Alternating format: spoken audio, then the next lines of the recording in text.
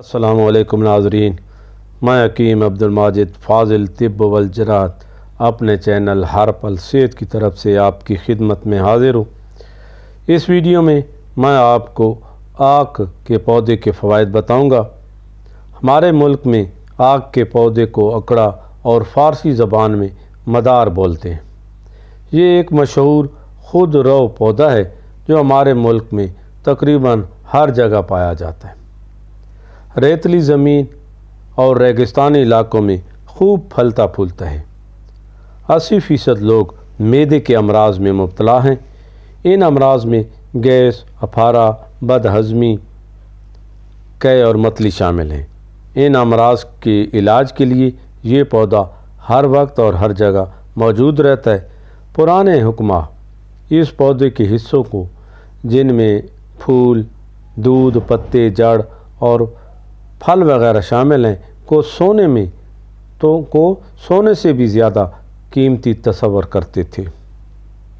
صدیوں پہلے اس کے پھلوں کا اچار بڑے ہوئے جگر اور تلی کو اپنی اصلی حالت پر واپس لانے، پیٹ کو ہلکا کرنے اور ہاتھ پاؤں کی سوجن دور کرنے کے لیے استعمال کرنے کا رواج تھا۔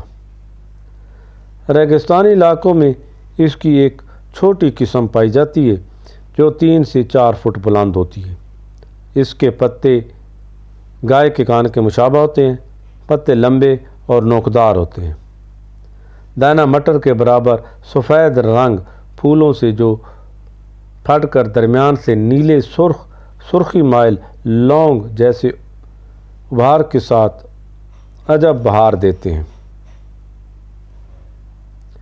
اور سیر کرنے والوں کا ہاضمہ مضبوط کر کے زہریلی ہواؤں کے اثر کو زائل کر دیتے ہیں۔ اس کے علاوہ اس پودے کی ایک بڑی قسم بھی ہوتی ہے جو 6 سے 7 فٹ لمبا ہوتا ہے۔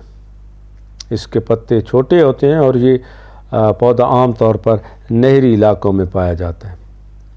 اگست ستمبر میں اس کے پتے پک کر زرد رنگ کے ہو جاتے ہیں اور گرنا شروع ہو جاتے ہیں۔ اس پودے کا دودھ جو پتوں اور شاخوں کو توڑنے سے نکلتا ہے، اگر یہ دودھ 1/4 سے آدھا چاول کھا لیا جائے تو انتہائی بھاری اور ثقیل کھانے کو بھی ہضم کر دیتا ہے۔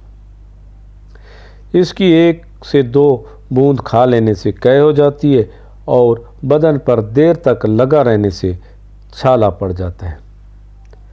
اس کا پھل آم کے پھل کے مشابہ ہوتا ہے، مگر اندر سے روئی اور چھوٹے گول گول بیجوں سے بھرا ہوتا ہے۔ اس کی ٹہنیوں کے ریشے اور پھلوں کی روئی کے ریشے کاغذ سازی کی صنعت میں کام آتے ہیں۔ اس کی کاشت میں بھی کوئی مشکل نہیں ہوتی کیونکہ اس کو پانی دینے کی زیادہ ضرورت نہیں ہوتی۔ ناظرین، اگر آپ میرے چینل پر نئے ہیں اور ابھی تک آپ نے میرے چینل کو سبسکرائب نہیں کیا تو آپ میرے چینل کو سبسکرائب کر دیں اور بیل کا آئیکن ضرور دبا دیں۔ بہت شکریہ۔ ناظرین، ہیضہ کے مرض میں اس کا استعمال زمانہ قدیم سے ہوتا چلا آ رہا ہے۔ دست، قے آنے، پیٹ میں ہوا رہنے اور عام پیدا ہونے والی بد ہضمی کے لیے ایک شافی علاج ہے۔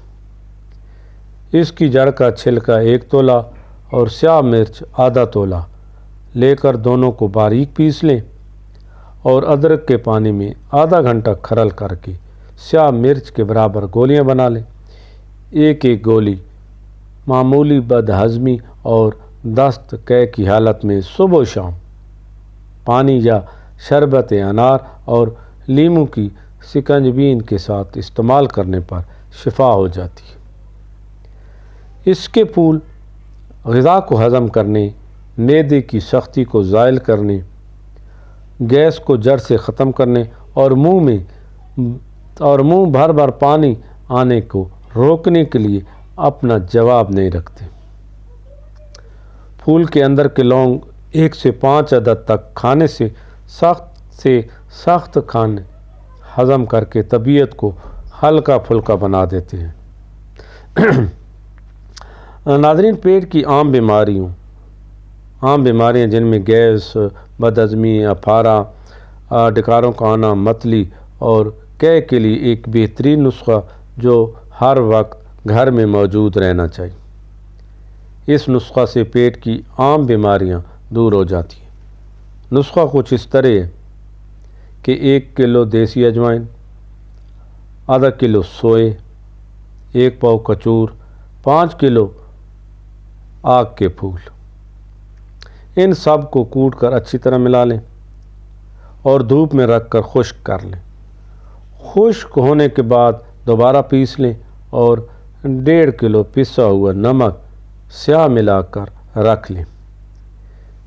اس نسخے کی مقدار بہت زیادہ ہے، آپ اسی تناسب سے کم کر سکتے ہیں، یعنی تولا اور چھٹانک کی نسبت سے بھی بنا سکتے ہیں۔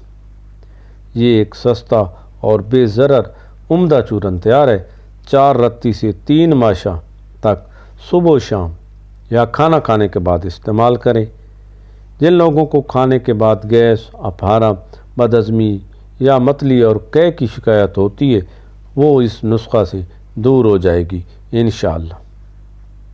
ناظرین، اب بات کرتے ہیں ایسے افراد جن کا پیٹ بڑا ہوا ہوتا ہے، پیشاب کھل کر نہیں آتا، قبض رہتی ہے اور منہ میں بعض اوقات سوجن پیدا ہو جاتی ہے۔ ان کے لیے ایک نسخہ ہے۔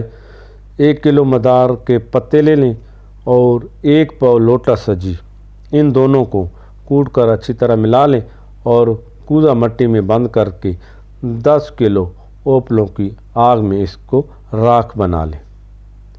یہ تیار شدہ راکھ 2 سے 8 رتی دن میں 2 سے 3 مرتبہ استعمال کرنے سے چند دنوں میں بڑا ہوا پیٹ ہلکا ہو جاتا ہے، پیشاب کھل کر آنے لگتا ہے، قبض دور ہو جاتی ہے اور منہ میں اگر سوجن ہو تو وہ بھی دور ہو جاتی ہے۔ ناظرین، ویڈیو کے آخر میں ایک نسخہ پرانی کھانسی اور بلغم کے اخراج کے لیے ہے، وہ بھی آپ کی خدمت میں پیش کرتا ہوں۔ نسخہ کچھ اس طرح ہے کہ باجرہ لے لیں 1 چھٹانک اور اس کو دردرا سا کوٹ لیں، پھر 5 چھٹانک آگ کے دودھ میں کھرل کر کے ٹکیا سی بنا لیں۔ 2 پیالوں میں رکھ کر اور اچھی طرح گلے حکمت کر کے 10 کلو اوپلوں کی آگ دے دیں۔